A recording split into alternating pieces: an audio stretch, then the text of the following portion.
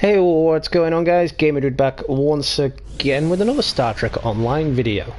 So, it's been a while since we last did one of these videos. I think it's been about 2, maybe 3 months since we last did one, so that's quite a while if you think about it.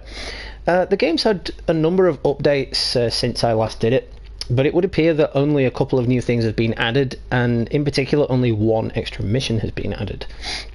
So that's what we're going to be concentrating on today. Of course, we're going to be doing a couple of extra little things, so it's not just limited to this one story, which is going to take about, I don't know, 20 minutes, half an hour.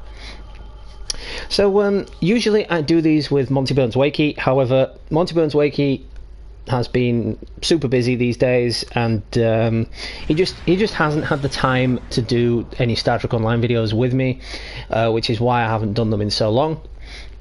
But I figured, since I've been doing the same stuff on the channel over and over again, so we've had Batman and Days Gone, etc, etc, I've been looking down and that's all I've been doing. So I figured I need to do something different. I need to spice it up a bit, I need to change it up a bit, just to keep you guys interested and keep you guys entertained. I mean, Batman is still quite popular. You know, I was very tempted to stream Batman, but after streaming it, streaming all 3 games on Saturday, I figured, you know what, I'll give Batman a bit of a rest. I mean, the dude is 80 years old, he does need a rest. But anyway, we are going to start up this mission, see where it goes, and we're going to see what else has been added into the game. I mean, most of these extra missions, of course I've already done the storyline for these missions, but they've added this new thing called TFO, which stands for Task Force Operations. And basically, you have to do the mission all over again, which you've already done. Yeah. Which it's kind of a pain in the ass, because it locks the rest of the story. And if you're a neat freak, if you're a clean freak, and you like to see everything at 100%, it's really annoying because you can't play them on your own anymore. I mean, it's just ruined that one for me. You know, it's that one bit that I've got to replay again. And to know what's going on in that particular episode, I'm going to have to replay the whole thing all over again. Otherwise, I'm going to be like, well, what am I doing? Why am I here? I mean, it's done it with all of them. You know, the TFO things, it was just a ridiculous thing for them to add. I mean, there's no extra rewards for it or anything, it is just all the same stuff, which does take the mickey a little bit. I mean, it's completely swiped off my my Gamma Quadrant one, and I completed all of that. It's now only saying that I've completed the final mission, which, how can I have completed the final mission without doing any of the others? It just doesn't make any sense. I mean, it's the same with Age of Discovery. It says I've done these 2, but I haven't even started the first one up, so it just really doesn't make a lick of sense. Let's see what we got on the ship. 18,000, is that 19,000? Yeah, 19,000 hull, 1,308.4 shields. Oh no, that's my shield capacity, 19,000, yeah.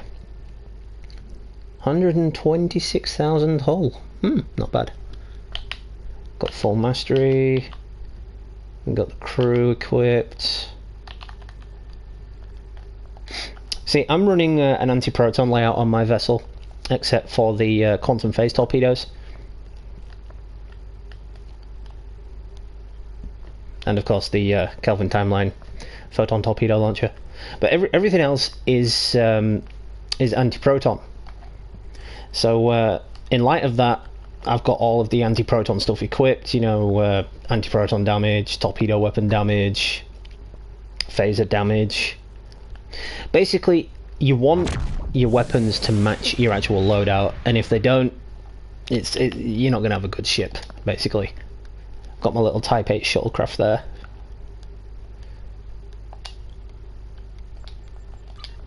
Let's see what we've got in here. What the hell is that? I've still got my rental riser floater.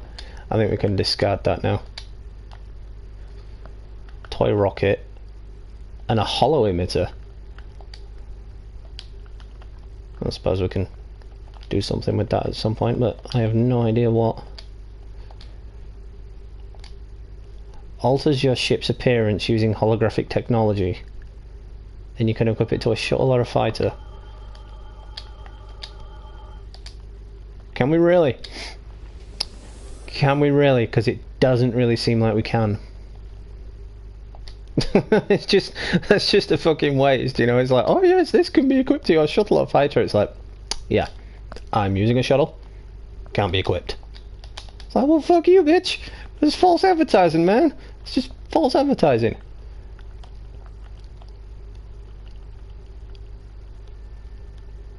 Of course, I am wearing the Deep Space Nine uniform as well as the Voyager uniform because Voyager was my favourite.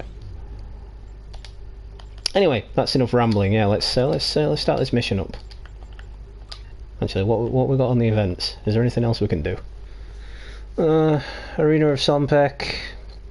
That's shit, and I'm not doing that. TFOs. Junior Officer Weekend. There's nothing really worth doing, so we're gonna do this mission anyway. Let's just get this mission done. The Prior's World simulate. Whoa, that's a lot of stuff there. Right, let's set that mission as primary. Looks like it's already done that. Right, go to Prior's World. Okay, so I guess we're just gonna warp out.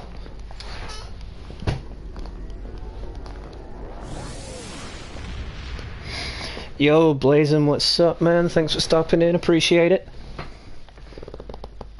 So, usually I'm playing this with Monty Burns Wakey, but Monty Burns is a little busy lately, so we haven't actually got around to doing this with him.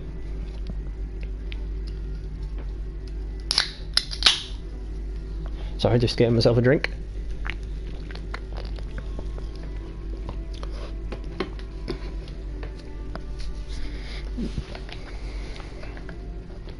It's actually a hella interesting game, is this. I mean, I'm usually put off by games that are specifically online, but this one you don't have to worry about people just killing you for no apparent reason. You have to agree to a battle to actually be killed. And I like that. I like that about games like this.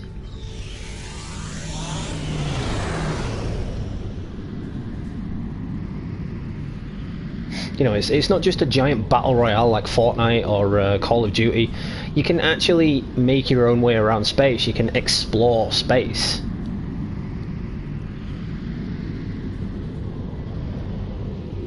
I mean, you can't explore much in the way of planets though, because there's only a certain amount of planets to explore. But yeah, you get where I'm going with it.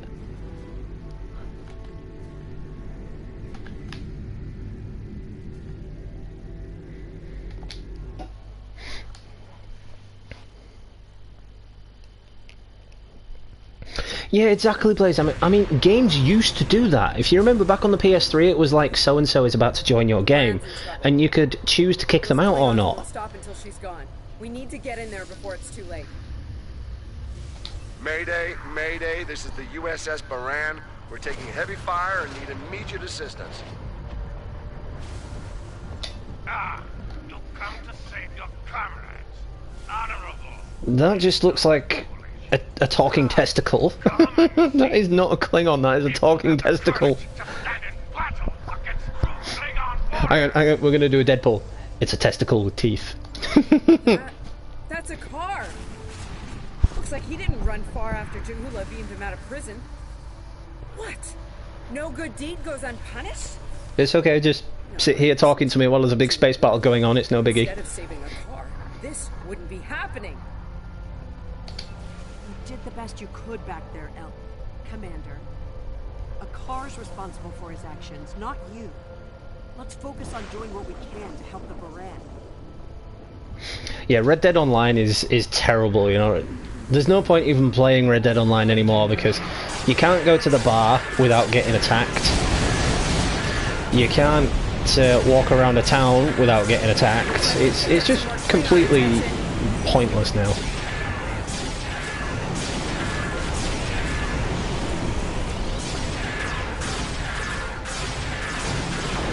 I love this though. Pew pew guns!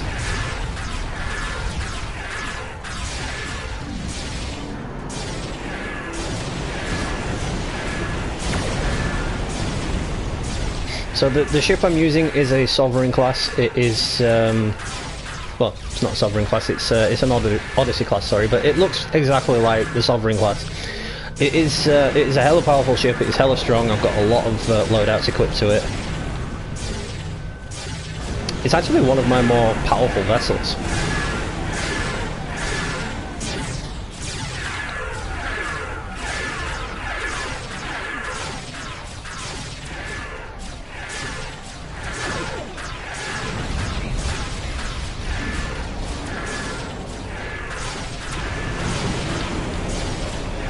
I got you in a tractor beam, brah. What are you gonna do now?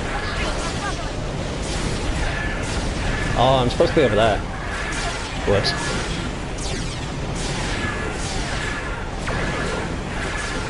Central ship systems. Down is the time.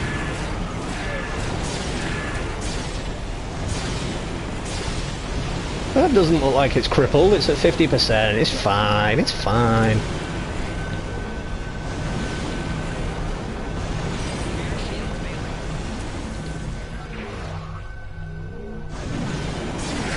So I've got so many perks equipped to this ship. It just out battles everything.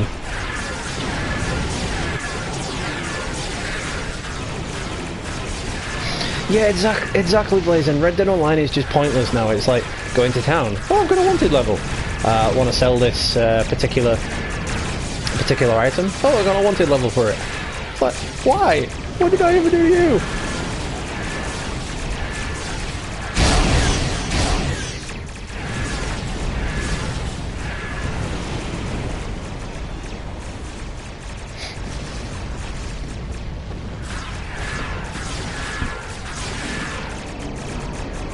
But if you are a Star Trek fan like myself and Monty Burns, then it is definitely worth getting this game. It is of course free for download. You don't have to pay for anything, unless of course you want in a better ship. Then sometimes you will have to pay for the better ship.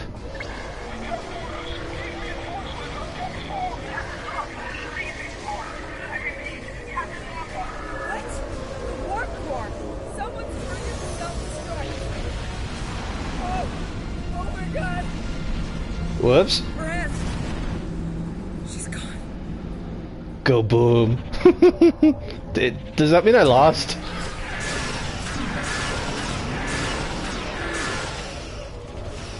I don't know. Does that mean I lost? Did they all die? Ooh, pew pews! I love pew pews. All right, screw this. We're gonna split our ship in half.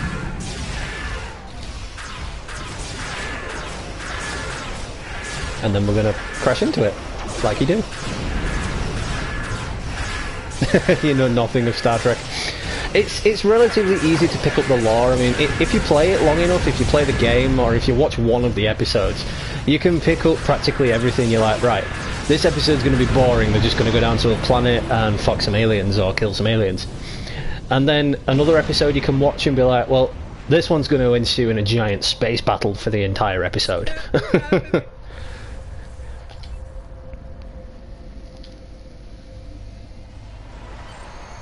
Bay's reporting in. Captain Lorca needs extensive medical facilities. More than you have on board your ship. We need to get him to a Starbase, to Starfleet Medical. I understand, Captain. The ion storm is getting worse and Pryor's world can't be left undefended. If you can spare just one of your shuttles, we'll get him. Well, what's wrong with your shuttles? You have a ship. Please? Use yours. He's going to die if we don't do something, and I can't let that happen. Oh yeah, I know, Blaze, and I appreciate it. I mean, even though you know nothing about the game, I still appreciate you stopping by.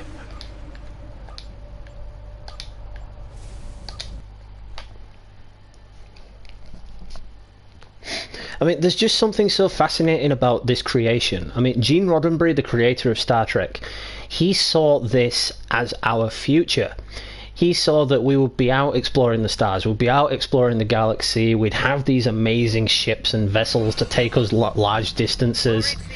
He thought that this would be... Don't spare the horses, Commander. This would be a nice optical illusion of our future rather than just something in a game or a movie or a TV show.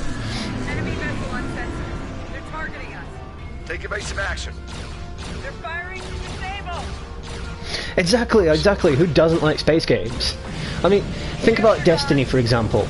Destiny is a game set in space, ground. where you don't actually get to go into space.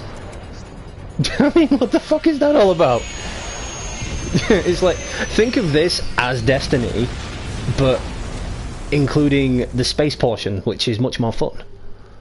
Because this mixes it up a lot. You can go from planet to planet like we are now, and you have ground fights. Or you can choose a select few missions where it's all space battles and just blow the shit out of everything, which I quite enjoy doing. Some of the places my family dragged me to for a vacation back home. You really haven't lived until you go camping on Andoria. This place looked like Waikiki Beach. So that alien's called an Andorian. I'm glad you're enjoying yourself, Ensign. But those of us who didn't grow up on an ice moon aren't as amused. Emergency survival protocol. Break out the gear and supplies and find shelter. I don't want this weather finishing what the Klingons started.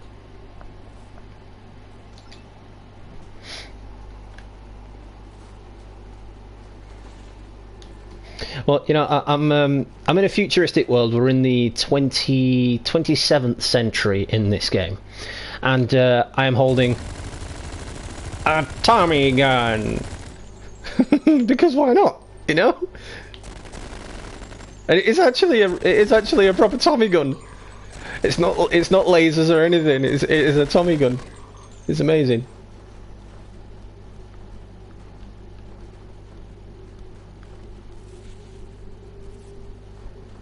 Alright, I need supplies from the shuttle, but...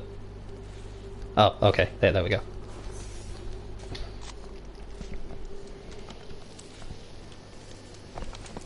I'm reading some cave systems up on that mountainside. Yeah, I mean, when you travel to different sectors of space in this game and travel to different planets, there is a loading screen, but it's not a very long loading screen. You know, it's not shoving all of this pay-as-you-play stuff down your throats. It's just saying you could have this, you could have that. Thinking about it, we lost some pieces of the shuttle while we were coming down. Some of that might be useful here. We should keep an eye out for anything we can easily salvage. And you know how you like time travel, Blazon? Well, Star Trek is incredibly well known for its time travel paradoxes and ridiculous time travel protocols. Hey, they changed my uniform. I don't want to wear this crap.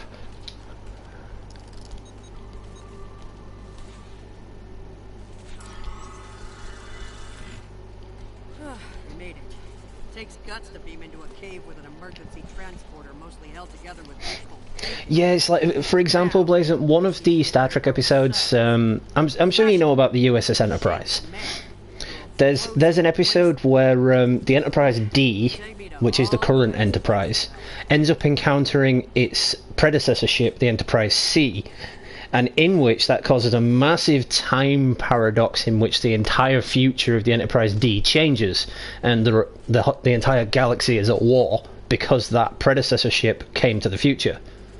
And then all of a sudden the current Enterprise D is destroyed, the Enterprise C goes back to the past, and then the present is miraculously restored to what it was before the Enterprise C came to the future.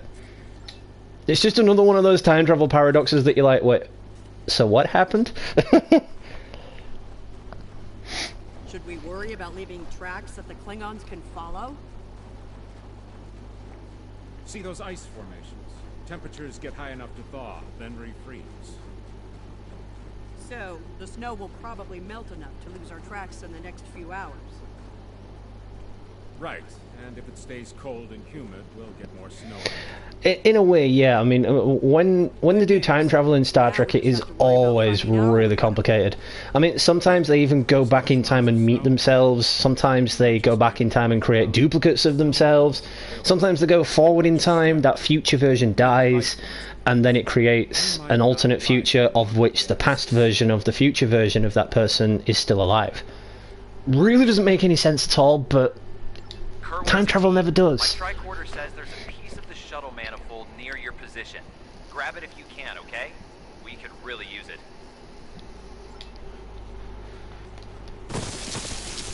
Scorpions! Let's fire a Tommy gun at it.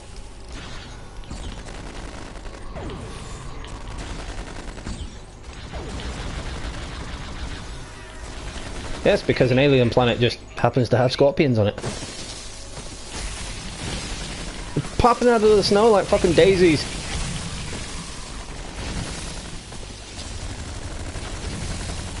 Eat Tommy gun, bitches. I love this Tommy gun. Do I have a phaser? No, I've got a pew pew gun. I've got a pew pew gun and a Tommy gun. Two excellent matches.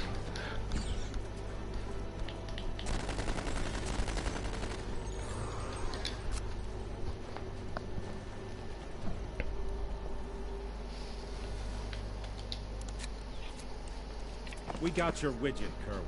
Never mind the beasties.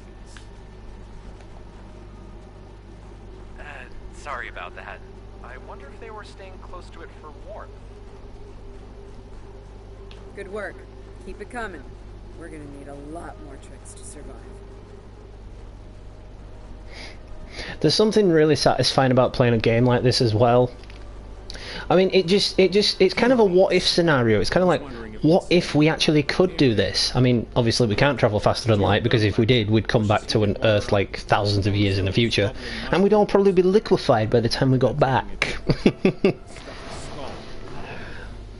Kerwin here. I'm picking up another piece of debris near you. Looks like some live circuitry survived thanks to a Duralloy shell. Can you grab it for me? Thanks. How about you grab it yourself? You know, you could have come with us and grabbed it yourself. Instead of sending me down into this dangerous pit of whatever the fuck this thing is. I don't know, that's a big red circle. I'm going to avoid it because, you know, that just doesn't look friendly.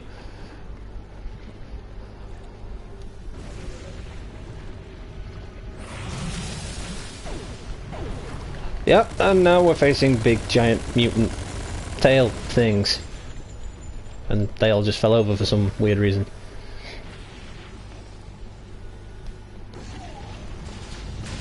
Big mutant tail, whatever the fuck it is.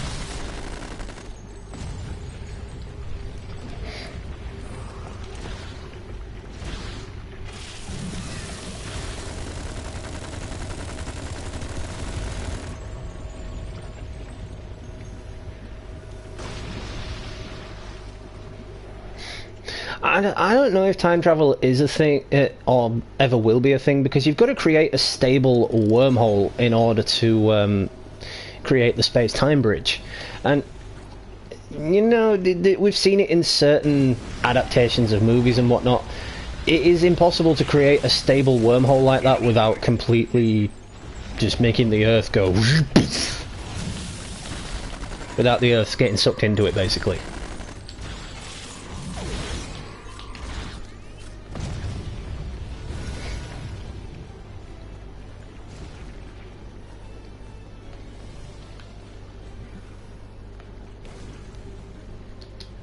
But the gravity on this planet must be really heavy.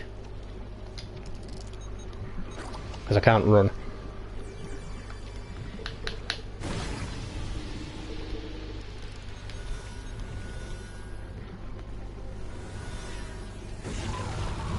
Ah, it's another giant worm.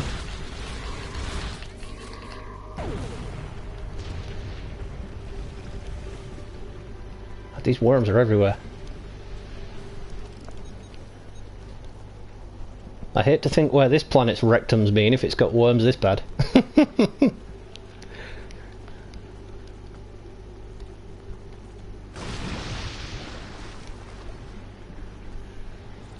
No, I want to go that way.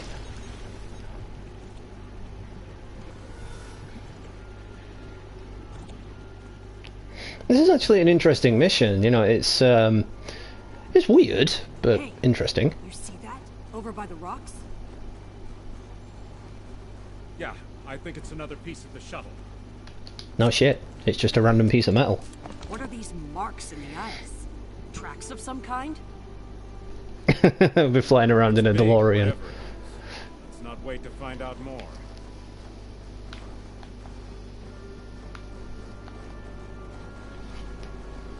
I can just imagine that actually there's if we do create like hover cars and whatnot in the future, you know people are going to convert a DeLorean just for the nostalgia. Never thought I'd be happy to see a cave, but here we are. I almost feel my toes again. This was a good choice. defensible position, adequate shelter, picking up some water inside as Well, well. time travel in Star Trek is much different to what you see in any of the other movies. Because the starships are powered by antimatter, and they use dilithium crystals. I don't even know what they are, so don't ask me to explain those. It powers their warp drive, and usually it's the warp drive that fails and sends them back in time or forward in time. There was even an episode where they slingshotted around the sun and ended up back in the year 1939. Casing and a belt buckle. Because the particles in the antimatter warp drive reacted with the sun particles, and I don't know, something happened and they ended up going back in time for some reason.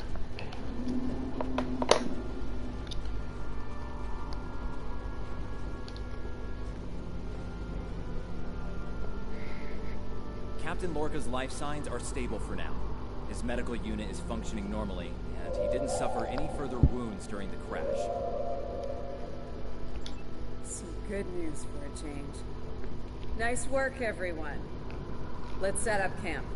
Kerwin, see If there's a way to humans send were ever the to create a distance. particle accelerator, I think it would go the way that we saw in The Flash. Big kaboom!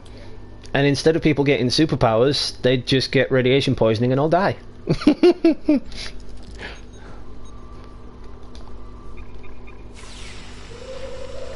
Nice. That'll be warm and cozy for a while. That was quick. I set up a camp in the blink of an eye.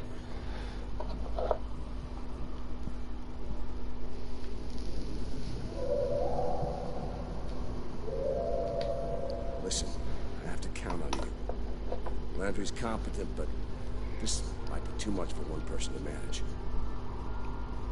There we are, and we have to be prepared to fight. You and I both know it's only a matter of time before the Klingons find us. I need to know you'll be ready to make the hard call if it comes down to it. You do. Oh no, I know we've got a particle accelerator like that, but it's only a miniature one. It's not like a massive particle accelerator. If we ever were to create one big enough like that, which would create a stable wormhole, it would just explode in our faces. Not like this. You might find yourself in a situation real soon where doing things by the book won't get the job done.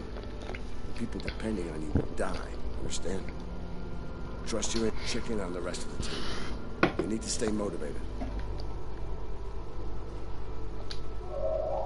It's not luxury accommodations on Ryza, but at least the cave's secure. We need some more food. Something indigenous proves to be valuable. Continuity error. In the timeline that we are actually in for this episode, Ryza did not exist. I'm here, watching the Baran go. That was a hard hit for all of us. We lost a lot of friends up there. Right now, I think we need to get warmer. This cold's taking a toll, even in the Well, cave. maybe so, but I guess because it'll be so far flung in the future, we will never know. I mean, unless we are, of course, in the Matrix and we are just all immortal and we get reincarnated into something else. You know, you never know. That's why Stan Lee's not really dead. You know, Stan Lee just reincarnated into something else. I'm afraid. If only we had some more spare parts. I'll make it. And to think, I was considering becoming a holonovelist before I joined Starfleet. Good thing I picked up a few skills with transmitters and recorders. Another continuity error is like, I want to become a holonovelist. Well, in this current time period that we are in with Star Trek, in the Discovery timeline, holodeck shouldn't have existed, neither should holograms. Well, Doesn't make any I'm sense. serious about going out in that cold again. Star Trek Discovery, the show on Netflix, really did fuck up the Star Trek continuity. Or other reactive ores. It's a good show though, don't get me wrong, it is a really good show. Speaking of ores, we could also use magnetic or radioactive ores. Those I can use for primitive power cells.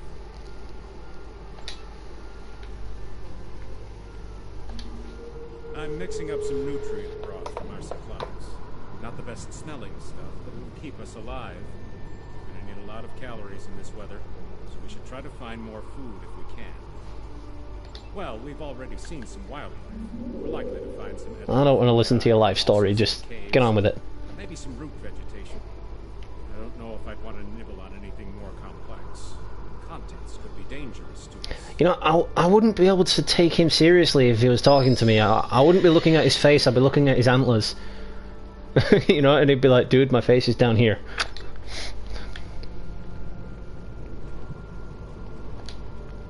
Doing the rounds, eh? Making sure your team's ready for what's ahead. Good call. I'd do the same. What's ahead? Yeah. Not a lot of good news there. Stranded on a frozen rock, no rescue in sight, and the sky belongs to the Klingons right now. Klingons! Beginning to wish I'd never laid eyes on them. Yeah, that's what I thought when I first saw the Andorians. Good point. The captain's still alive, and Commander Patel, still with me, still with us. Starfleet trains us to deal with adversity. We'll figure something out. For now, let's see if we can scrape what we need to survive from this rock while we're here.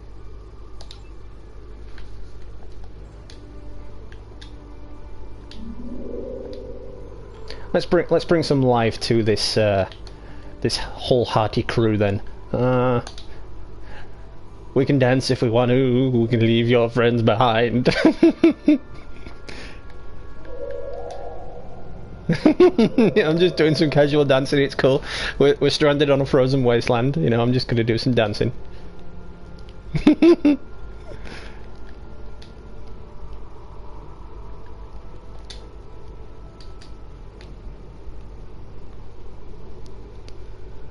And we're done. Sorry, I just thought that was fun.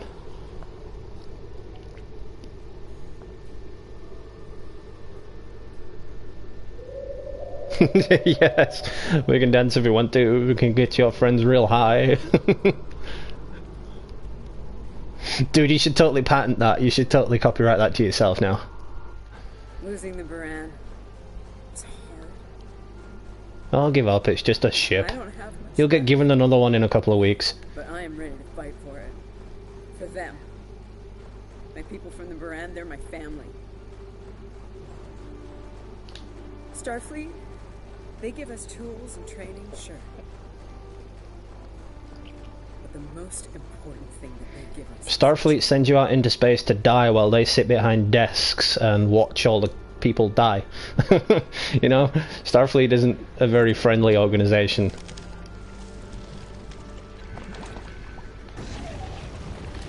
Ah, fucking giant worm.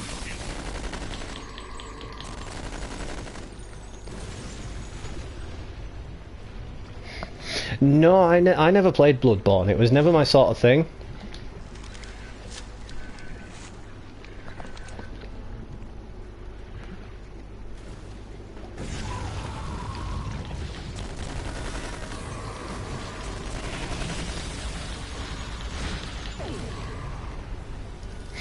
I mean, at first I thought games like this wouldn't be my sort of thing because it's an all-online thing. But once you play it for a little bit, once you start leveling your character up and getting new ships and whatnot, it really does start to get enjoyable. You know, you really do start enjoying it.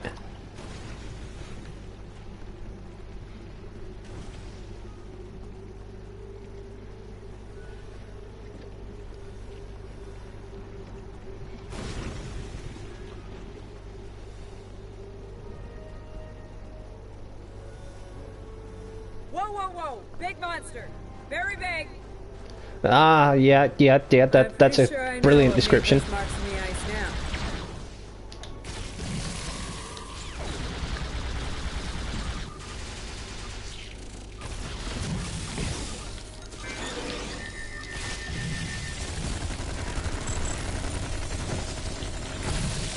This is like the South Park Warcraft episode. It's like, oh Jesus, he summoned scorpions!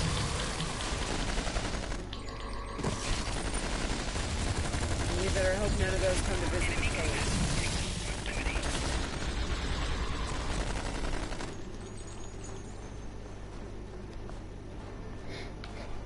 Yeah, it's the same for Star Trek. I mean, it is hella addictive once you get into it. I mean, when it first became available on consoles, I could not stop playing it. I absolutely loved Star Trek Online when it first came out. I mean, I only don't play it as much now because I would play it with Monty Burns Wakey, and obviously he doesn't have the time to play it anymore, so I just don't play it as often, and it's not as fun to me, especially when I'm playing it alone. What you got there? Magnesite? Ah, Indium. We can use that. I'll take those off your hands. Indium can give us some power. Just don't loiter around it. It's radioactive. I can probably use the magnesite to make some explosive charges. You know, just in case.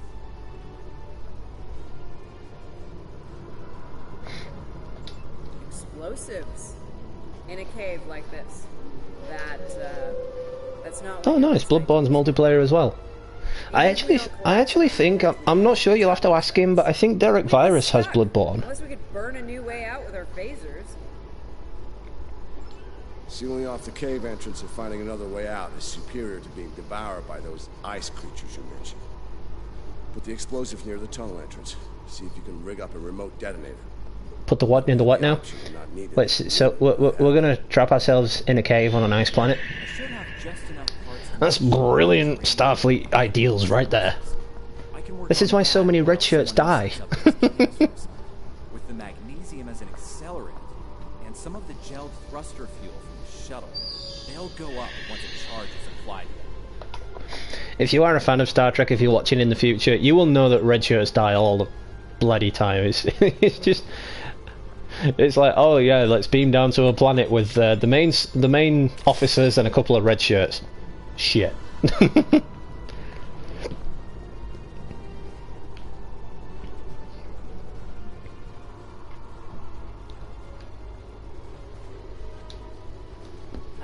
to see you made it back in one piece. Judging by the looks on your faces, you didn't come back empty-handed. That's good news. That's a pain in the ass. And if someone can just enter your game and start killing you. I mean, that's why I miss the good old days of gaming. Like I said, most PS3 games, if someone was going to join your game, it would tell you. It said so and so is joining your session, and you could choose to kick them out before they joined. We've bought a little time, but not much. This cold's not going anywhere, and neither are the Klingons.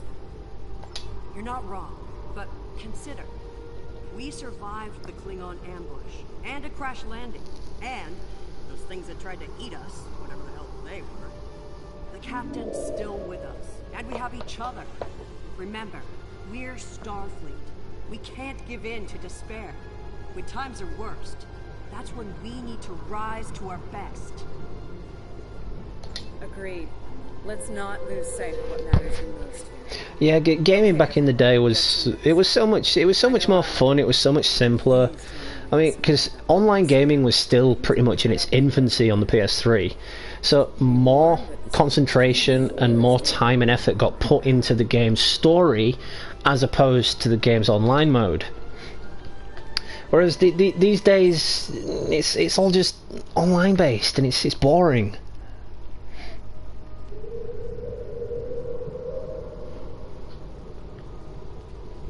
I like the title there. No place like home. So this is one of the more boring aspects of missions like this. You've got to talk around with people and whatnot, but you can always skip it, you know. But to make this last a little bit longer, I'm going through all the dialogue. Hold on. If we use the beacon, won't the Klingons receive the signal too? They're still trying to find us. They'll know exactly where we are once we turn that on. This cozy little cave will be crawling with Klingons sooner than any of us would like once that happens. None, unfortunately. We turn it on, it'll be out there for all to see, friend and foe alike. We're hoping that Federation ships at Pryor's World will hear it and respond before the Klingons do. Snow puns. One we need to think about taking soon. You don't have a snowball's chance in hell. Agreed. They know we crashed. And unless they gave up the chase, they're still out there. And they will come running the moment they detect this beacon. Count on it. So, we need to be ready to deal with them. And buy ourselves enough time for Starfleet to get here and extract us from this godforsaken ice ball. To a point, they'll eventually bottle us in and use grenades or chemicals. We have to make it too close. Well, that's comforting and pleasant. Thank you for that, Commander. Oh yes, they'll box us in with grenades and chemicals. You're supposed to be reassuring us, not telling us we're all going to die from chemical exposure. Here's the plan. They'll beam down at the shuttle wreckage and start searching from there. Their teams will eventually track our route, so we hit them on the way. We'll ambush them at the snowdrifts, and fall back, fighting our way to No, thank you. make them pay for every meter. We don't have to stop them.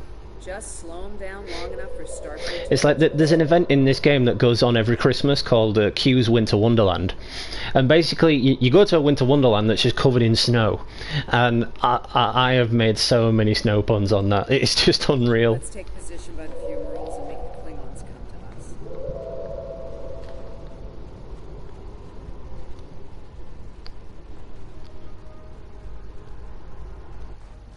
Remember, the Klingons can be beaten.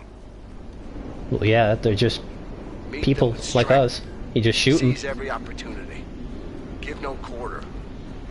Fight hard and fight to win.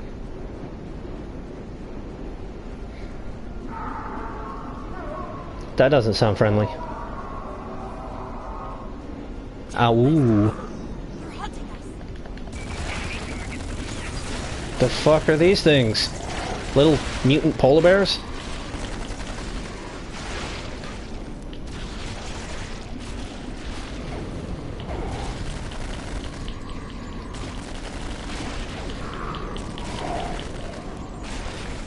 Spin kick.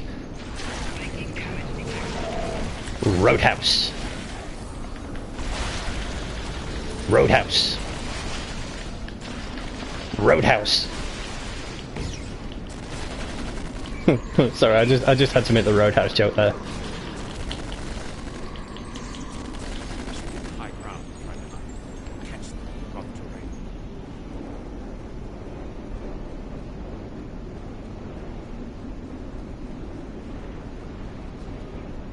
Nope, it's not that way.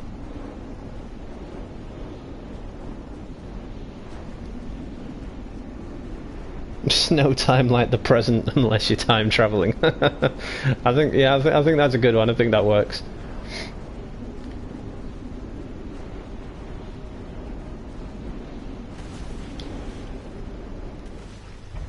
Get behind cover. They'll be here any second. That wasn't the gun I was holding. Ready.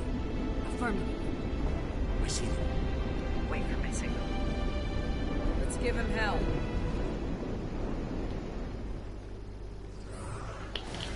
Oh, now I'm wearing my actual uniform. Oh, now I'm wearing the cloak again.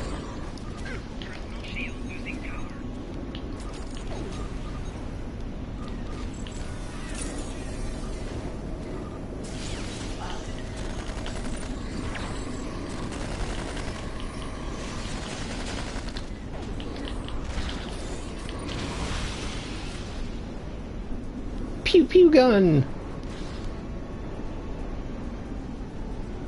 Alright. I was gonna say, now what? There's nobody left.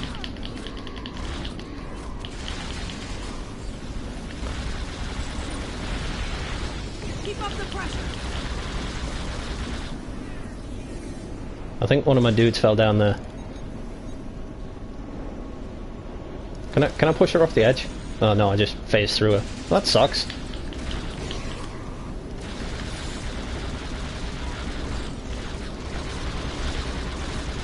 It's no time.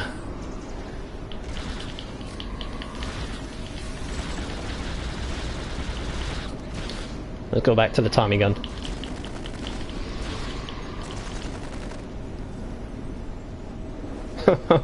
I'm using a weapon from like 300 years ago.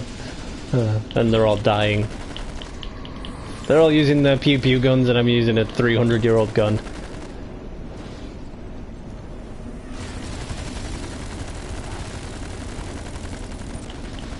Yeah, my dude just fell down there. Well done. Keep firing. Hold the line. Oh, we got vaporized. I love vaporizing people in this game.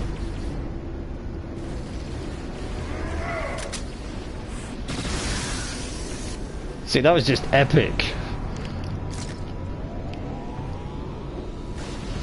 That was close. You alright? Get down. Well, you penis. He's dead.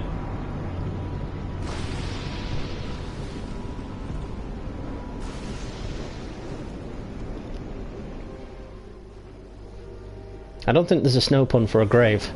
Kerwin's down!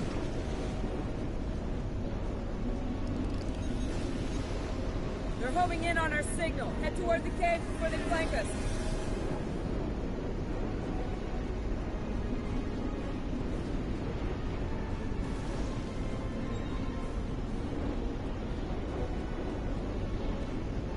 Keep moving! We'll dig out on the hillside by the rocks. Wait, how did they get up there? Eat Tommy gun!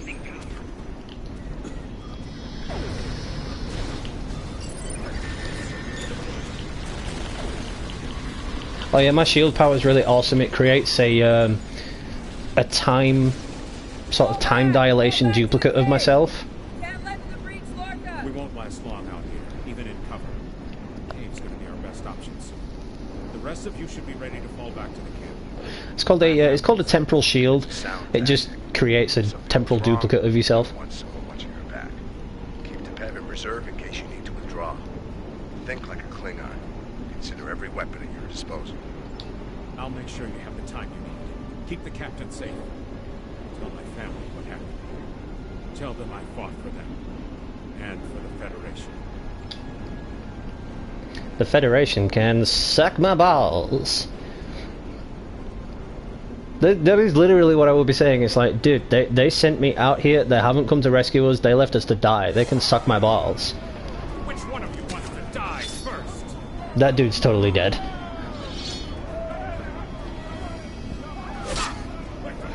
Cut off his antler. Cut off his antlers. Cut off his antlers. That'd be so awesome if you cut off his antlers. Oh, no. They stabbed him in the neck.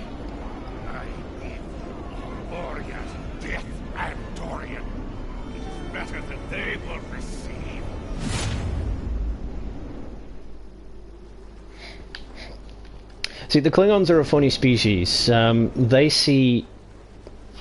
Well, they're a warlike species. So to them, to die a warrior's death is the ultimate honor. Since you're back, I assume that the Klingons are on their way. Give me a phaser. I'll be damned if I go down without a fight. Can this guy die now? He's a pain in the ass.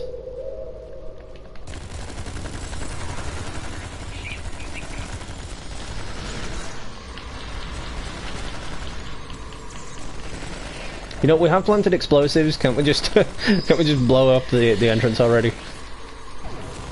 You.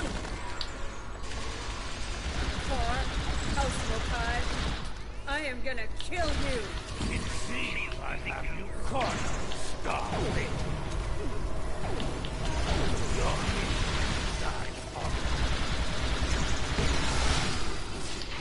Uh-oh, we dying. We dying. We dying. Oh, we died. I live.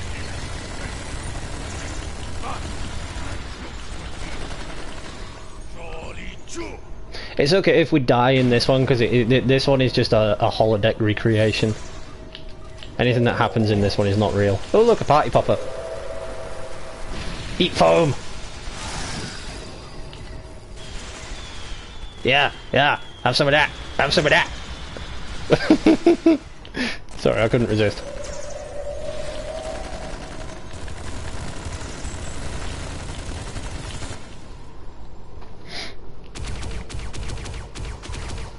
More pew pew guns! I love pew pew guns. Smell blood. They won't stop now. I think it's time we use those explosives, Chief. Do it! Seal off the entrance! Damn! I know that look. What's wrong? Kerwin had it. What? Kerwin had the remote detonator. Well, that Make sucks. another one then. No parts. We used everything we had. Give me options, Commander. Shoot it. Now running a little short on those, Captain. Can we shoot it to set it off? No way. Just fry the whole package. Oh, she's got to set it off manually. Don't cry. Something with You a got a triangle. hero. Maybe? I don't know. What the hell?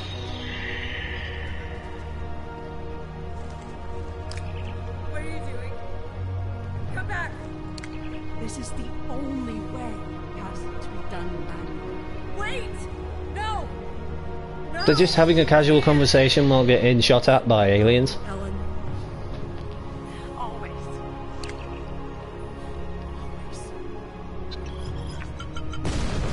And why is Star Trek shoving down our throats that people are gay? It's like Star Trek Discovery throws it down our throats that one of the characters is gay.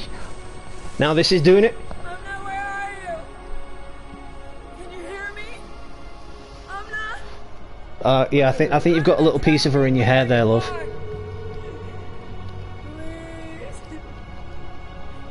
Come back. Commander! No, she's not coming back. No.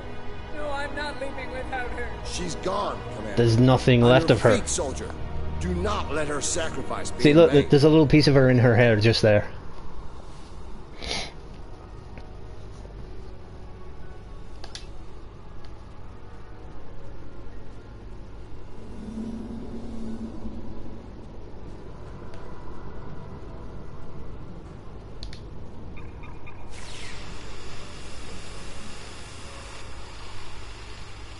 I'm like half in and half out of that thing. That was quick.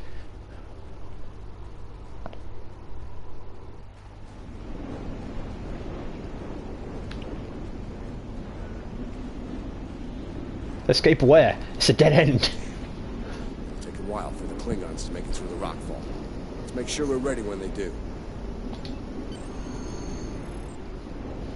Dead end. Give me options, people. Yeah, the Klingons are basically like Drax. Breaking through. A warlike species that are dumb as pig shit. Let them come. I'll take as many of them with me as I can. Their motto is "Today is a good day to die." Captain Lorca. So you can guess that the Klingons always My die. people and I need immediate extraction. As shall receive, Captain. Ready to leave when you are. That just happens to get here now.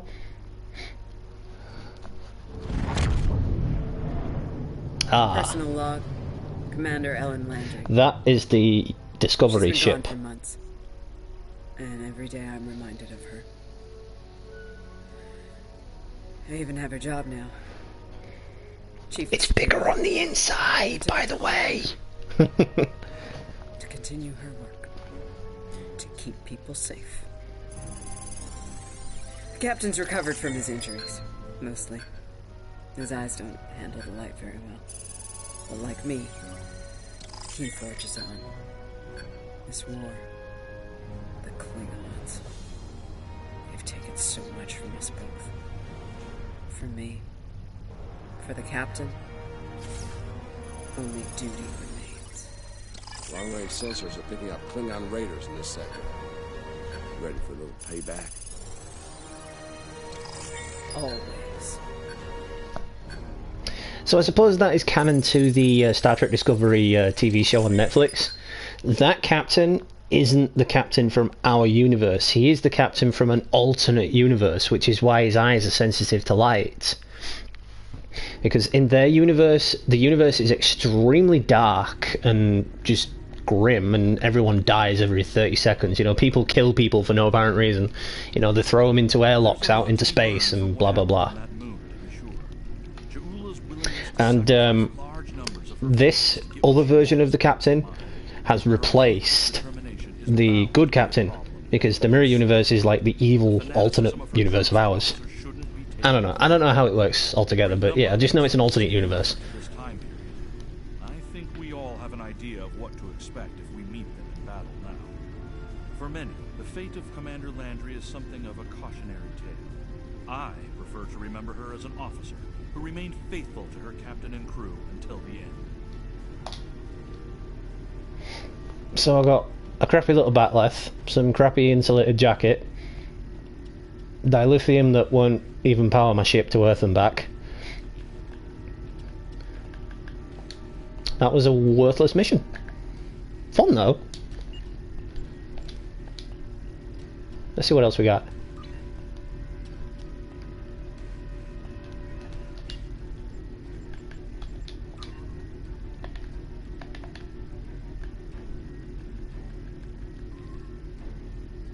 Nope, nothing worth doing down there. Josh, what's up? Thanks for stopping in, appreciate it. You've just missed the episode, we've just finished playing through the Mirror episode.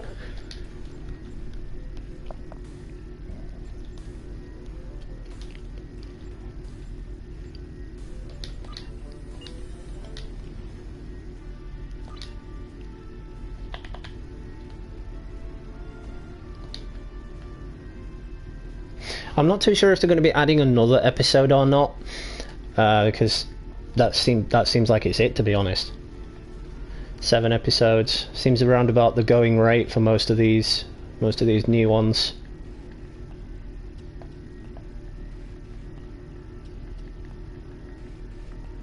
Yeah, it's about the going rate, about 7 episodes.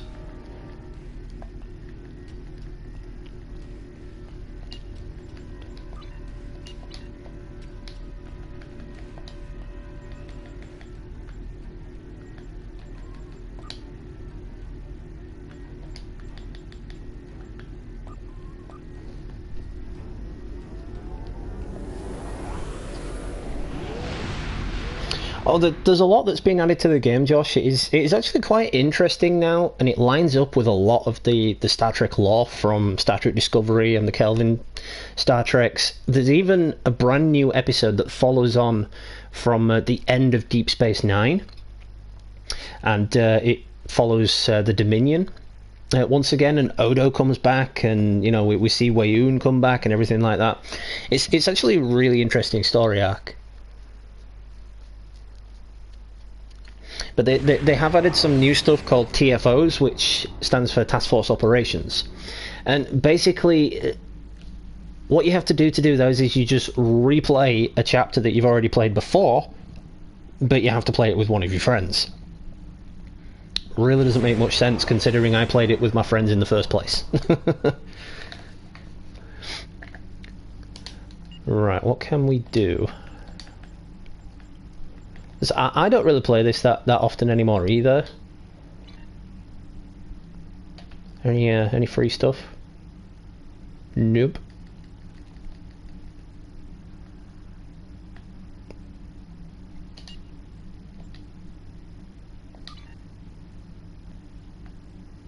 Any ships?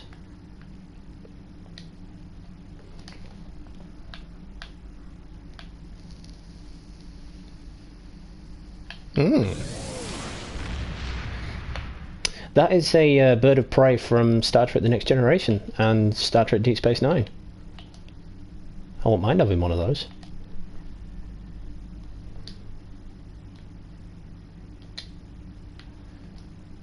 I'm not too sure what that bird of prey is based on. I think that might be the Kelvin bird of prey. Tranquil, what's up? New to the channel, thanks for stopping in, appreciate it. Destroyer of the Room, thanks for this sub, I shall sub back.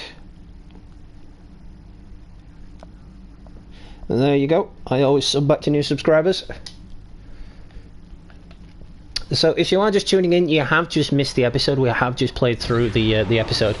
But we are going to do something else, not to worry. I think I might do a Tour of the Galaxy, or just find an event that's on and take part in the event. Just looking through the ships at the minute, because I haven't played the game in a while, so I'm just looking to see if anything new's been added.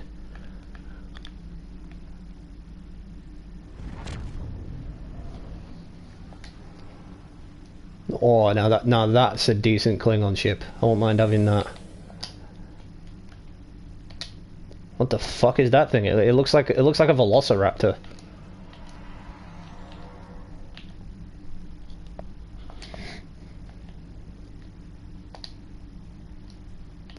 That thing's just weird.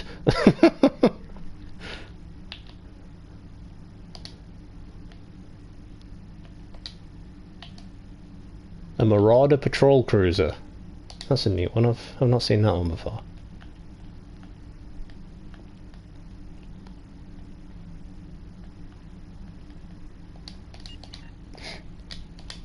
Tell you what, speaking of ships, I'm going to swap mine out. Which one, which one? Yeah, I think we'll have my Kelvin Timeline Enterprise.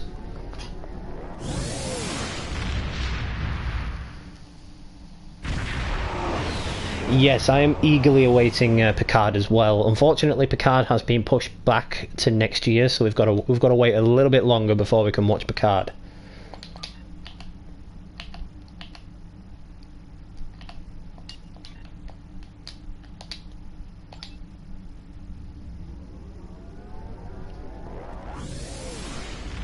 Tristan Davies, what's up, dude? Thanks for stopping in. Appreciate it. New to the channel as well.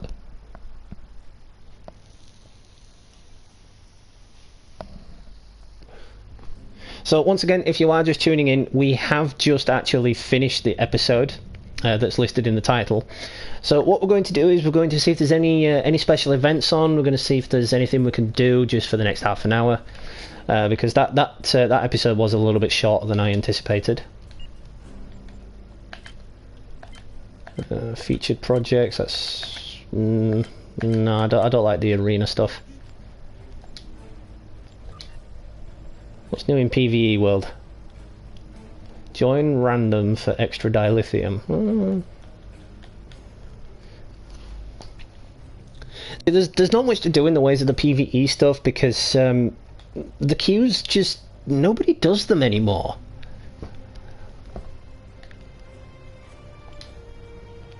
I mean, this is one of my favourites, Borg Disconnected.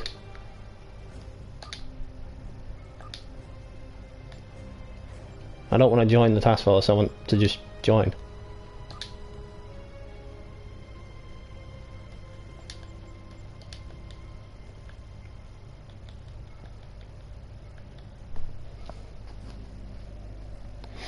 Well, there is a lot of new stuff to do in the game. It's just there's so much to do now. You just lose yourself in it all, really, and you think, well, what can I do? Do I actually have anything worth doing?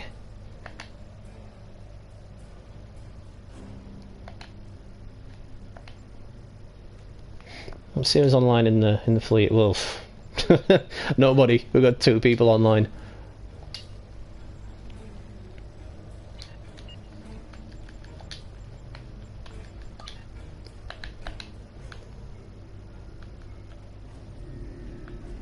Alright, so that Borg one's not working, so let's do it all the galaxy. Pop.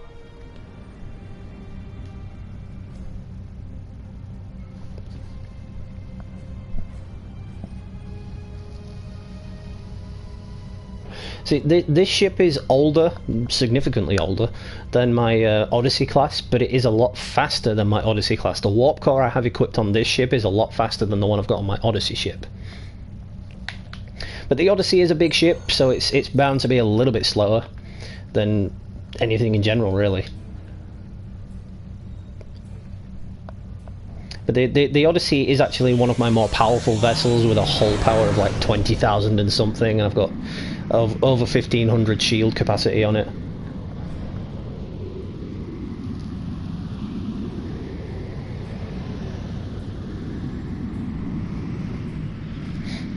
But there is something oddly satisfying about traversing around the space world.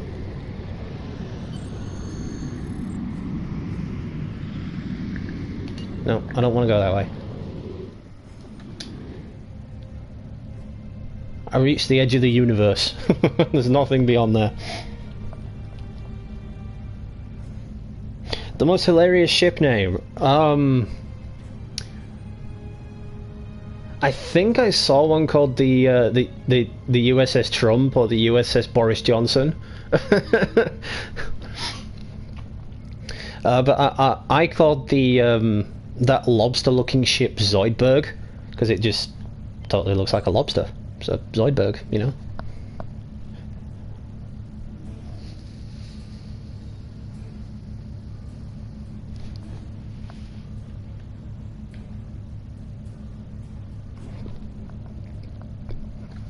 And just put all my power in my engines. Ooh, abandoned ship. Does that mean I can have that? Let's just go and investigate.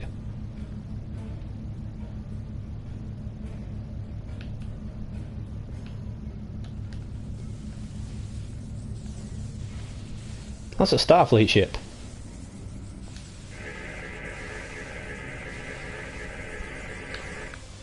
Oh, I hate these waveform things.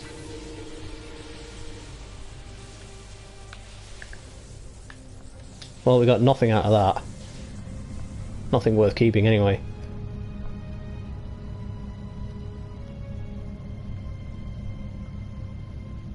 It's odd for Starfleet to just abandon a ship in space.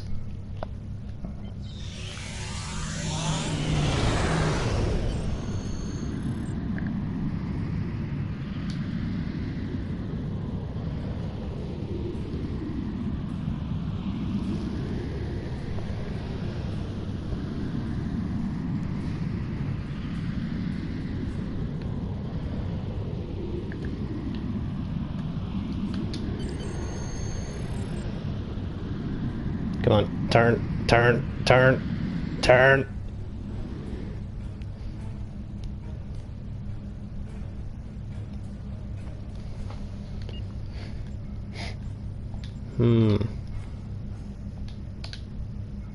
No, didn't want to do that.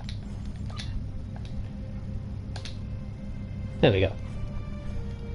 See, I'm trying to collect energy credits as well, because a lot of the stuff on the C store is very expensive now, especially on the player exchange store. And I'm looking to buy a new ship, and you need at least like 1 million or 2 million energy credits for it.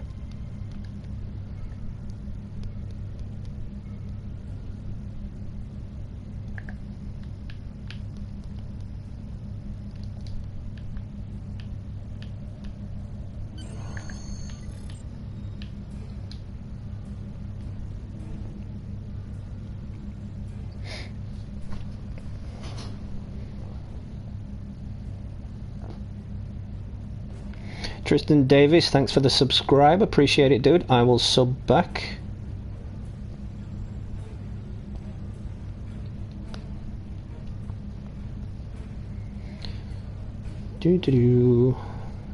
Sorry, yeah, Tour the Galaxy does take a while, but it is fun. Like I said, it is fun to just explore space like this. I mean, I know it's not physical, I know it's not real, but it's the closest we're ever going to get. Come on, guys. Because, you know, we're never going to be astronauts or cosmonauts. We're never going to go to space. We're never going to go to the moon. I mean, we stopped going to the moon in the 60s. Well, 70s, actually. The last time we went up there was 1972. But that's just because we can't afford it anymore. We don't bother to pay for it anymore. You know, space exploration for humans is just... We've become bored of it, you know? We use technology to look now. And instead of building a fleet of ships to go out and explore space, we'll end up building a fleet of probes, because we're just too damn lazy. It's just the fucking human race. We're just lazy.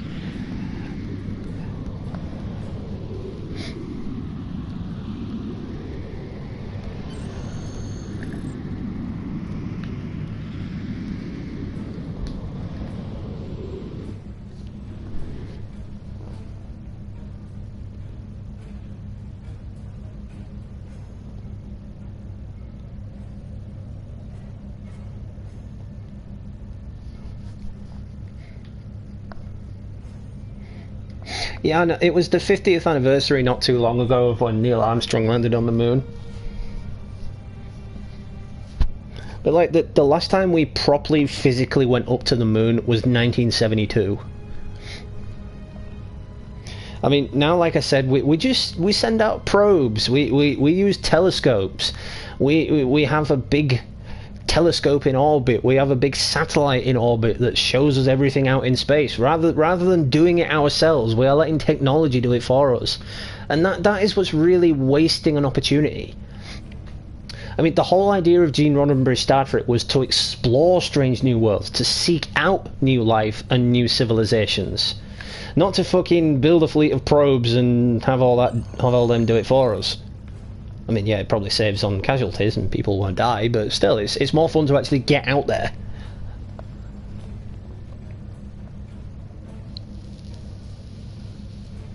Yeah, I know at the minute we've currently got a probe that's orbiting our sun, and it's sending back data on coronal mass ejections and supernovas, and it will be able to detect when a dangerous supernova is heading towards Earth, and we can prepare for it.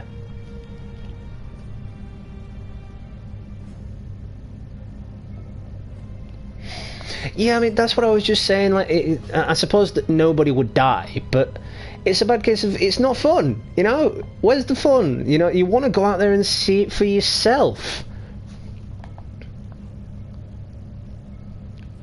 I mean, I'd want to go out there and see it for myself. I'd want to step on a new planet. I'd want to be in space on a ship. I'd want to be commanding said ship. But that's just me. I have an authority complex. I wouldn't like to be subordinate to anybody on one of these ships. Like telling me when to go to the bathroom, telling me when to sleep, and when to get up, and be like, dude, no, I want to be the captain. I am the captain. I will do it the way I choose. I will get up when I want. I will start my duty shift when I want. I will go to the bridge when I want. So fuck you.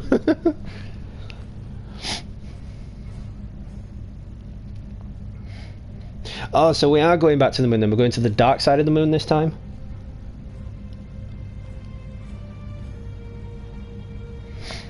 Wow.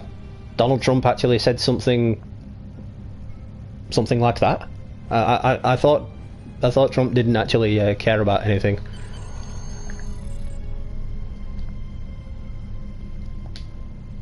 I mean, I know our UK Prime Minister, Mr. Boris Johnson, doesn't give a shit about anything. In fact, Mr. Johnson does look a lot like Donald Trump.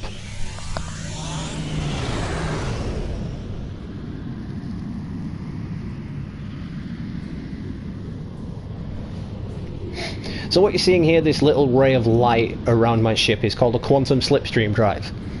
The warp drive is faster than light travel. The quantum slipstream drive is just... I don't know, I can't describe it. It's basically, it breaks maximum velocity. It breaks the light speed barrier. So when you're traveling faster than light, it's the warp travel. It's the warp drive. I don't understand it all completely, but yeah. And when you're in the slipstream, it breaks that faster than light barrier. It goes beyond, and it's infinite velocity. You are traveling at every point in space at once. At least that's how I remember it anyway.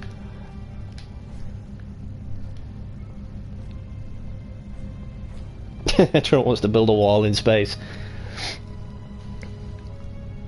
Stop all them illegal aliens!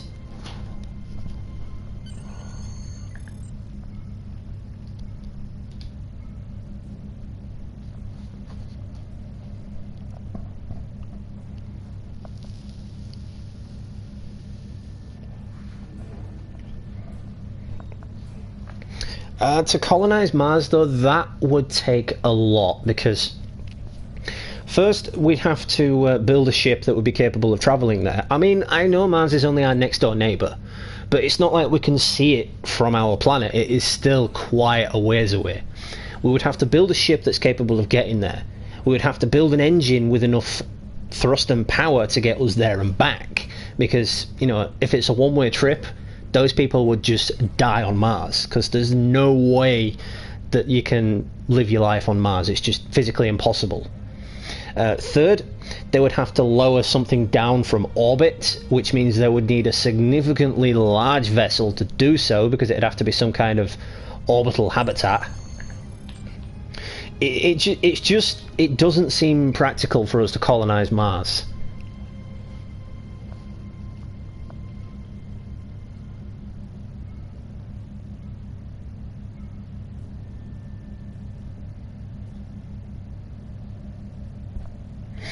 Well, originally Mars was actually a second Earth. The planet just it's got no nucleogenesis, which means the planet is incapable of producing rain, which means there was probably billions and billions of years ago some kind of big global catastrophe. Similar to what would happen if you set off a chain of nukes on Earth. It would create a nuclear winter. It's a very similar effect on Mars, except all the nucleogenics in the atmosphere are gone. and it is forever incapable of producing rain. And when a planet can't produce rain, stay away.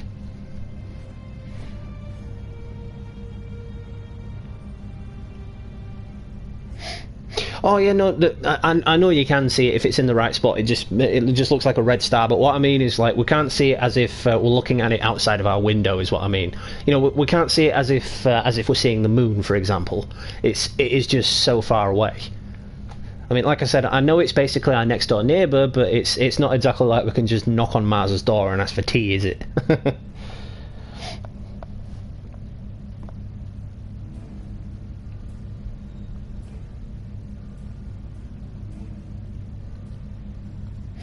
Yeah, there is water on Mars, but it is deep under the surface. And to dig that far under the surface would take far too long for humans. And humans, even with spacesuits, we wouldn't be able to survive for very long on the surface of Mars. Even with the spacesuits on, the spacesuits would probably corrode.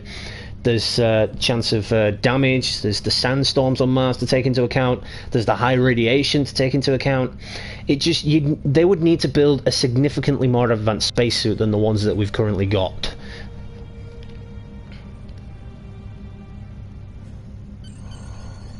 But it's always worth dreaming about. I mean, I would love to travel around space like this.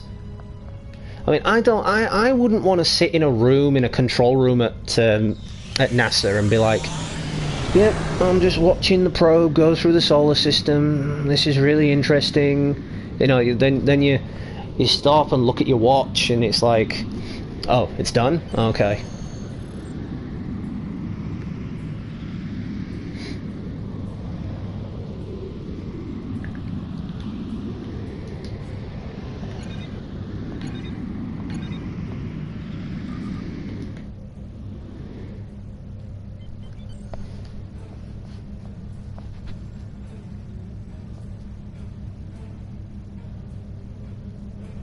Yeah, but that contradicts what I was saying earlier, Blazin, about the whole having a ship big enough to actually lower that down from orbit.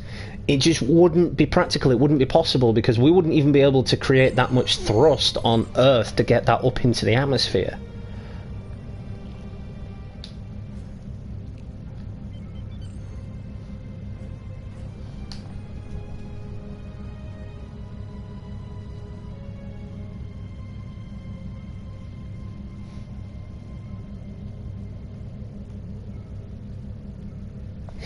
And the time ran out on that.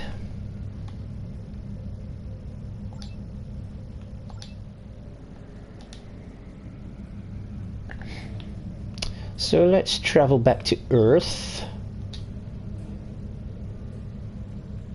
But look at that in the distance there, that's a nebula. And that is just a beautiful sight. I mean, I'd love to see that with my own eyes rather than on the screen at NASA HQ or on the screen on my phone or something. Like, look what this probe just found. It just found a nebula. It's like, well, yeah, that's so interesting. I love seeing that on the screen.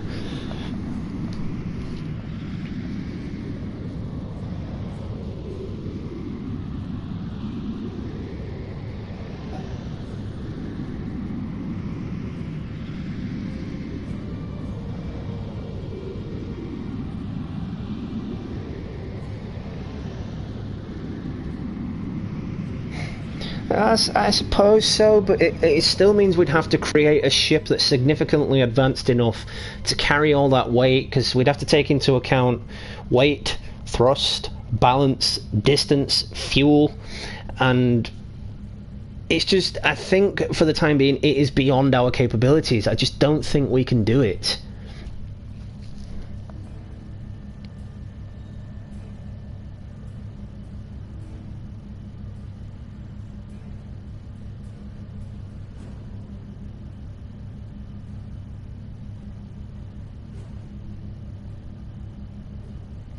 That whole Will Smith thing with talking to the robot, that's just crazy. That was like some Detroit Become Human shit right there. But here we are at Earth's major solar system. This is Earth's big solar system. So you got Saturn, There's Jupiter. There's Mars, which is in the wrong place. There's Jupiter. I don't know which one that is.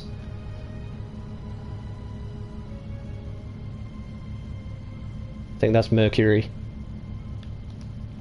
And there's, of course, Earth.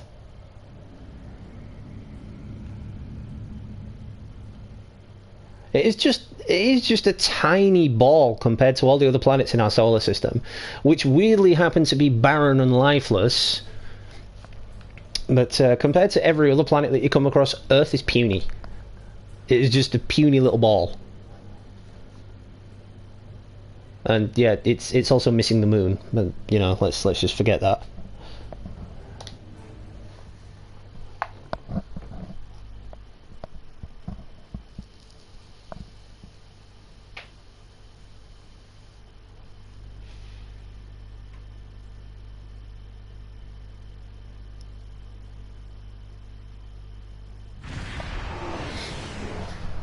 Well, we as humans, we could be working on such productive things, but we don't. You know, we could be working on a cure for cancer, which we've just seemed to have given up on. We could be working on a cure for AIDS, which we seem to have also given up on. I mean, I know there's still research going on. Don't, you know, think I'm saying, oh, well, we're just giving up on it all completely and we don't care. No, I'm not saying that. I'm just saying it seems like we haven't made a major breakthrough on those two deadly diseases in so long. You know, you'd think we'd have also found a cure for the common cold, but we haven't. Although we actually probably have, but it's still just sat in a lab somewhere, and you know, they feel like there's more money to be made by releasing products that will slowly cure you instead of cure you in 3 seconds flat. But yeah, that's just humans being greedy.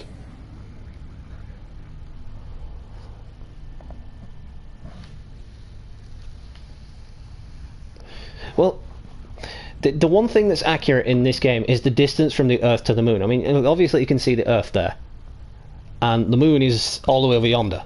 I mean, I would love to go over to it, but unfortunately you can't. You know, it's outside of the map, so you can't go to it. It's just there. But it just goes to show that the sheer amount of distance that's between Earth and the Moon.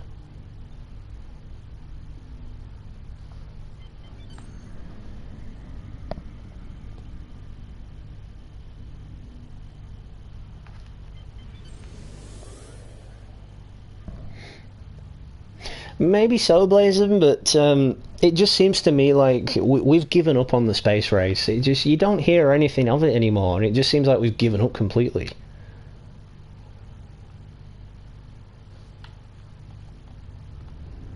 And yes, the screen's going to start shaking now because I've just entered Earth's atmosphere. I'm just hovering over my homeland, hovering over the UK.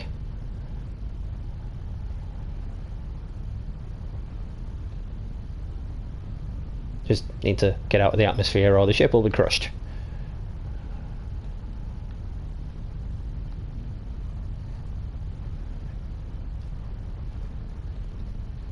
Anytime now.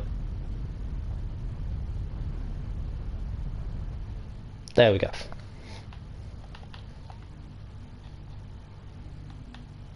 That is actually a good shot. I like that.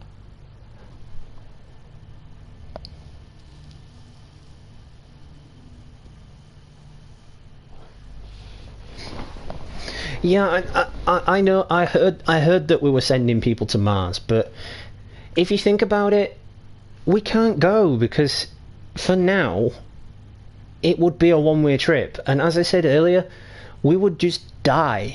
We would die of exposure because there's no way we could grow our own food in time. We couldn't be on the surface for more than half an hour a day, even in a really advanced spacesuit, because there's all the sandstorms to take into account. Even though the planet is barren and devoid of life, there is still bacteria on the planet. Bacteria can thrive in any environment, and because it's a new planet, there's new bacteria. It could happen. It could get into a crack in your suit or anything like that. I don't know, but you know what I'm saying. There could be numerous problems. There could be an electrical malfunction. There could be something in the atmosphere that fucks up your suit or fucks up the biodome if they make a biodome, and it could all just go kaput and they could all die in seconds. And then there's taking into account if those people actually want to come home. You know, if they have signed up for a one-way trip and they've agreed to that one-way trip, what happens 6 months down the line if people start getting sick, if people start dying, and the rest of those people want to come home? They won't be able to. You know, they just have to sit there and die with their friends, or watch their friends die and possibly be the last person on that planet. And that's not something I would want to experience. That's not something I would want to go through. I mean, I live in solitude myself. You know, I live on my own. I barely get anyone coming to see me except my family members, and it's not a fun life. It doesn't feel good. So I can only imagine how it would feel if you're on a planet billions of miles from home, or well, millions of miles from home, whichever one it is, on your own, surrounded by the dead bodies of your crewmates because you can't even go outside to bury them.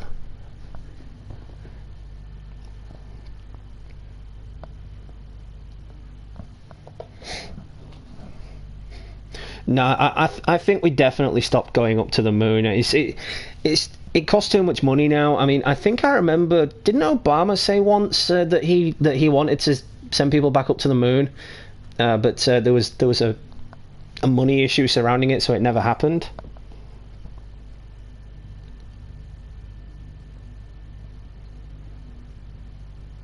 Yeah, they found some shit on the moon. It's the moon people. They found moon people.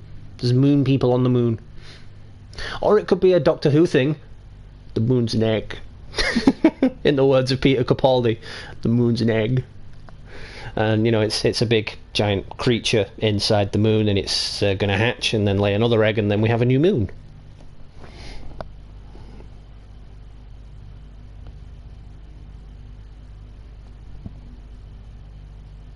So I'm just going to read back some of these comments, and then I think we're going to call it today, guys.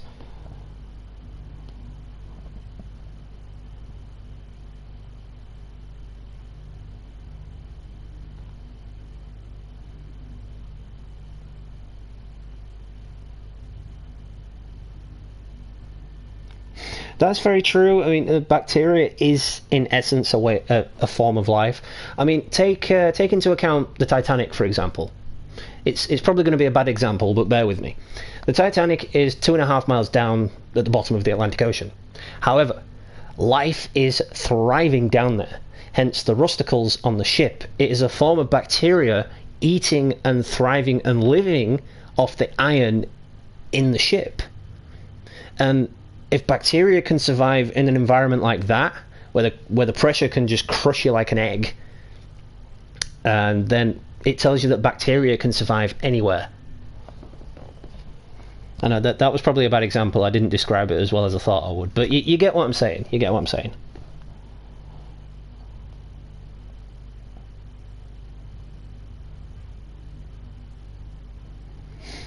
I remember seeing a post about that they thought humanoid life was on Mars, because I remember a couple of years ago that before the rovers went offline, before the Mars rovers went offline, they thought they'd found a pile of turd. They thought they'd found a literal piece of turd. They'd also thought they found a pyramid. They thought they found an active volcano. They thought they found riverbeds, which turned out to be correct. They did find ancient riverbeds. They thought they'd found a fossil, which it wasn't. It just turned out to be a rock that the rover had run over and left its tire tracks on top of, and they thought it was a fucking alien fish fossil or something.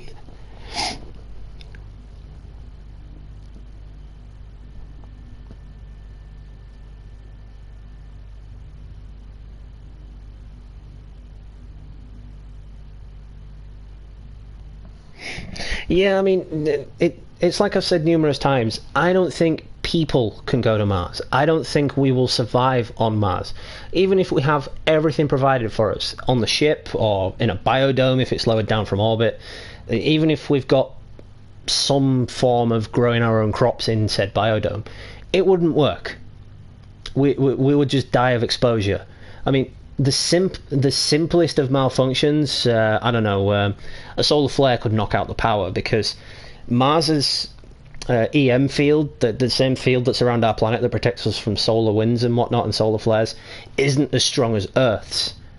So the simplest of flares, even if it's a small one, could knock out power, knock out oxygen, or just anything related to that runs on electricity, and everyone on the team would die.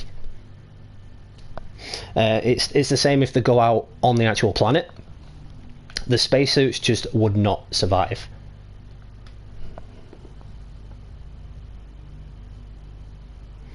I think we need.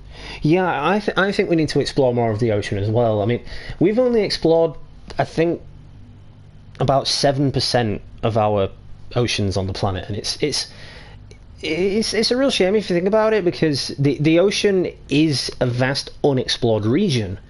I mean, there's so much we could do with it. I mean, take the Mariana Trench, for example. There is so much we could learn from going down there, but we've only been down there once or twice. I mean, yeah, I know it's crushing pressures, and it's very, very risky and scary to go down there, because every time you do, you're risking your life. But there's so much we could discover down there, you know, new forms of life, new forms of bacteria, new plant life, just anything, really. So yeah, I do think we need to explore more of this planet and more of the oceans before we actually start thinking about going out into space.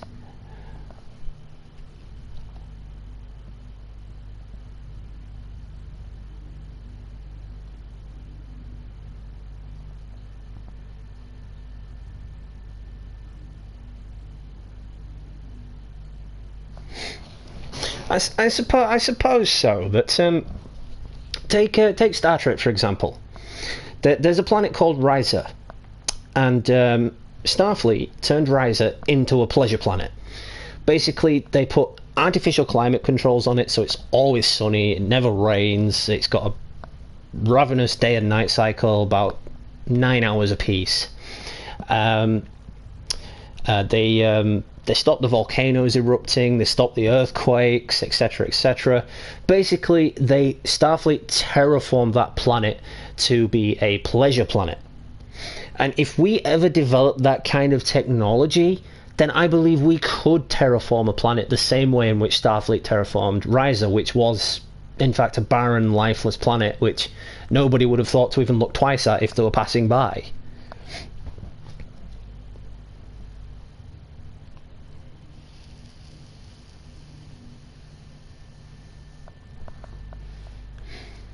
That is very true. No people would be in danger. However, you're going to need at least one person on board the ship to operate the ship, because there could be a number of things that go wrong in transit, electrical failure, hull breach, or anything. You always need that human element in to support the technology, and it can't all be done from Earth. I mean, take the Voyager space probes. I mean, we're still in contact with them, yes, we're still receiving some kind of telemetry from those ancient computers. But we lost the ability to control where they were going decades ago. You know, that as soon as they left, I think, past Saturn, we lost the ability to control them. You know, we couldn't control their thrusters, we couldn't control their solar panels, and it was just a bad case of on they went. So I do think even if you send a team of robots, you always need that human element on board to control what's going to happen with the electronics.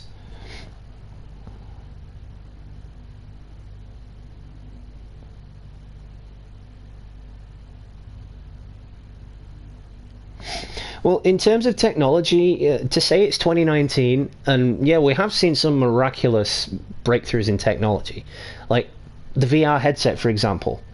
It's not new technology, it has been around for quite a while now, but it is still a magnificent achievement in terms of technology.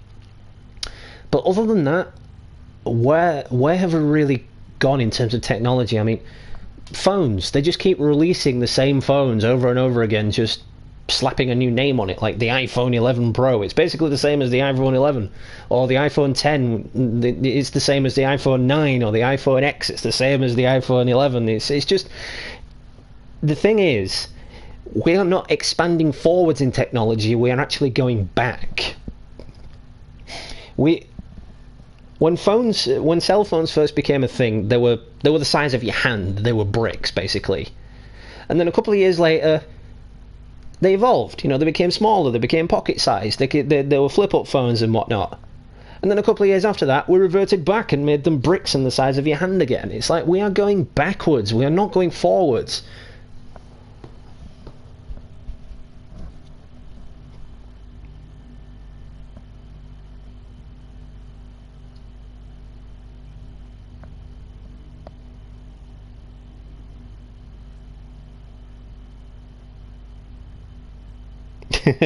Yeah, these days, I mean, I was talking to my 8-year-old cousin on Facebook a few weeks ago, and he was talking about, he was asking me about his phone because he's got an iPhone 8, and he was asking me about his phone, and I was like, I know nothing about phones, well, nothing about iPhones, and I says, put a flip up Sony Ericsson in front of me, and you've got a deal, and he went, flip up? What's flip up? And it was just hand, face, palm. It was like, oh my god. It's like, this kid needs to learn a few things. It's like, why haven't his parents given him a basic classic phone before giving him something so advanced when he's so young?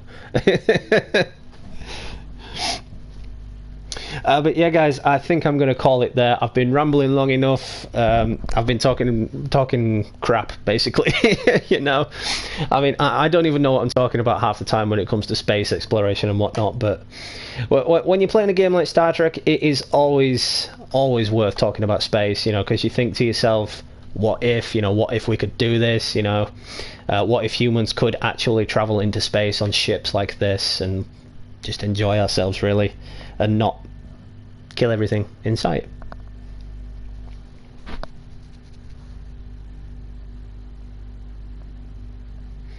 My favourite Star Trek movie, that would probably be Wrath of Khan. Enough said on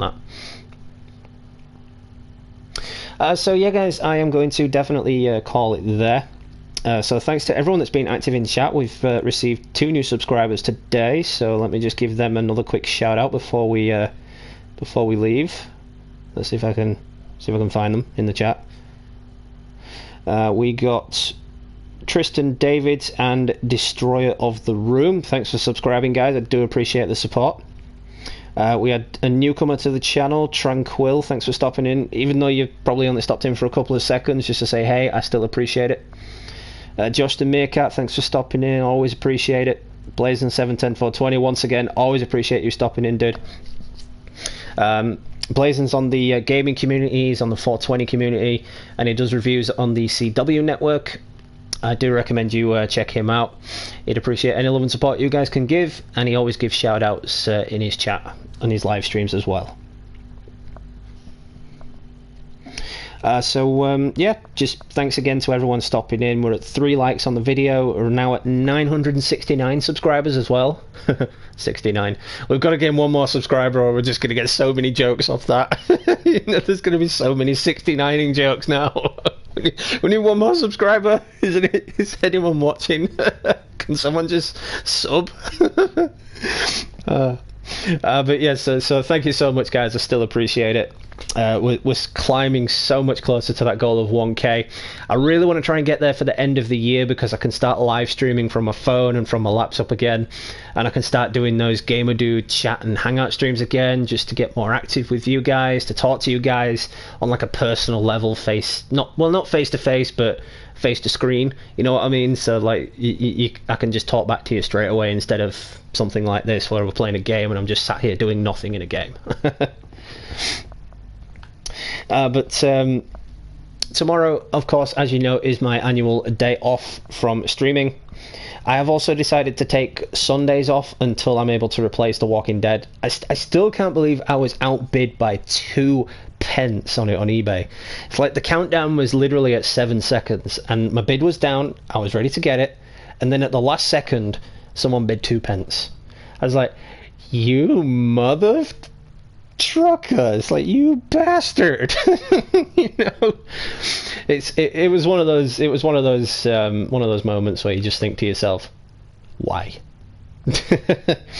But we should have it replaced soon enough, should I say.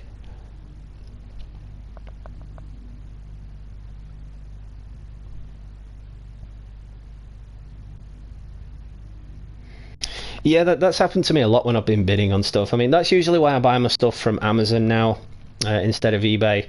But what I wanted it on eBay because it was going dead cheap. It was the downloadable version, so it was going dead cheap, as opposed to the Amazon version, which is the physical copy, which is going for like 25 quid or something. So I didn't want to spend that much on it, considering I spent that much on it when it was brand new. So you know.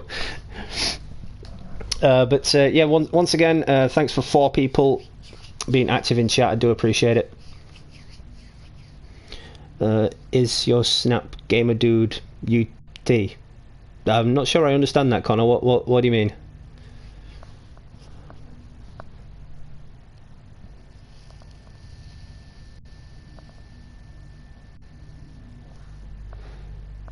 I'll just give you a minute to reply before I end it.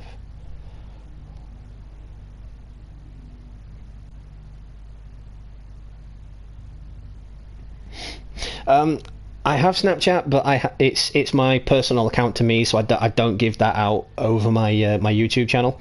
I have Instagram. It is GamerDude187. I'm currently running a contest over on there. If you want to check that out as well, feel free. As for Facebook, again, it's my own personal account, so I don't really want to give that out on here either. When I get to 1,000 subscribers, I will create a Facebook account. I will create a Snapchat account, but until then, it will just be sticking with my YouTube and Instagram accounts. That's another reason why I want to get to 1,000, so I can do that, get myself noticed a little bit more, create a Facebook group, make admins, make friends, and do more collaboration streams with people, etc., etc. Yeah, but with excuse me, but with that out of the way, I am going to call it for the stream because I need to get some beauty sleep. So once again, thank you all for stopping in. I do appreciate it. Tomorrow's the day off, of course. I will be back on Wednesday. I'll probably stream Batman again because if it ain't broke, it's hella popular. So I'm just going to stream it and get it out of the way. And of course, when I get the new Arkham collection, I will be streaming that as well. So that's going to be a lot of fun. So yeah, until next time, guys, this has been GamerDude. Happy gaming, and I will catch you all in the next one.